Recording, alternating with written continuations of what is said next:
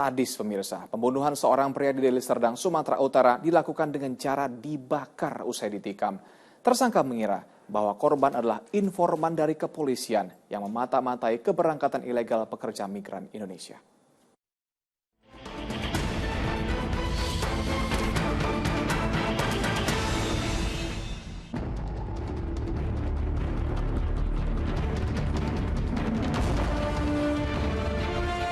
Curiga hanya akan mendatangkan prasangka yang belum tentu kebenarannya.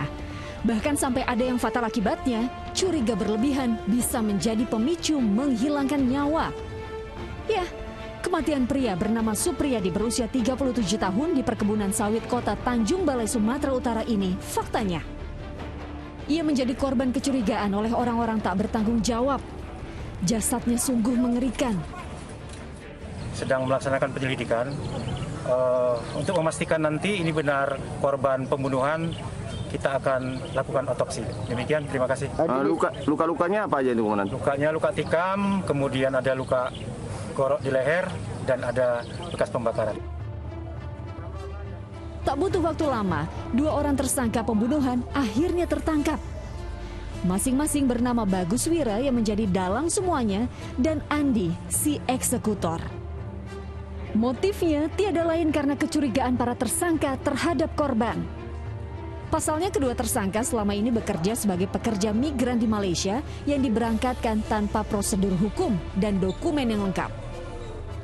Jadi motifnya sendiri di sini ada kecurigaan daripada tersangka bahwa si korban ini adalah informan, ya, informan polisi yang akan melaporkan bahwa si tersangka ini adalah sindikat, padahal si tersangka ini adalah tidak pernah berkecimpung masalah PMI, seperti itu.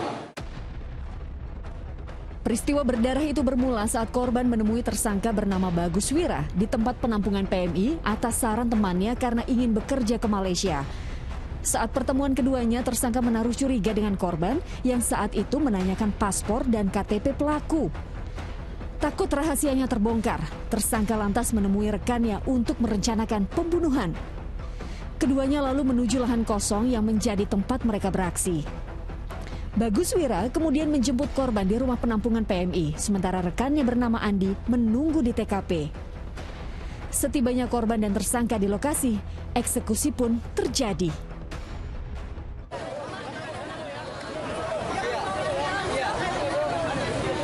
Tak pelak, riuh rendah warga yang menyaksikan rekonstruksi tersangka diwarnai dengan emosi keluarga korban.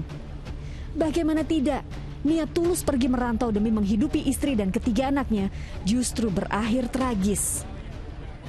Enggak, dari kawan juga Pak, kawan ada kawannya tersangka, itulah yang kenalkan kami.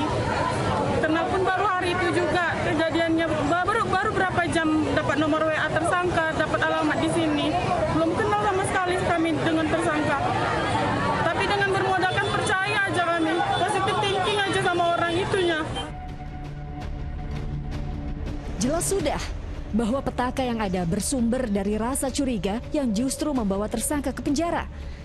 Kedua pelaku disangkakan pasal pembunuhan berencana yang ancamannya tak main-main, yakni hukuman mati. Tim Liputan melaporkan.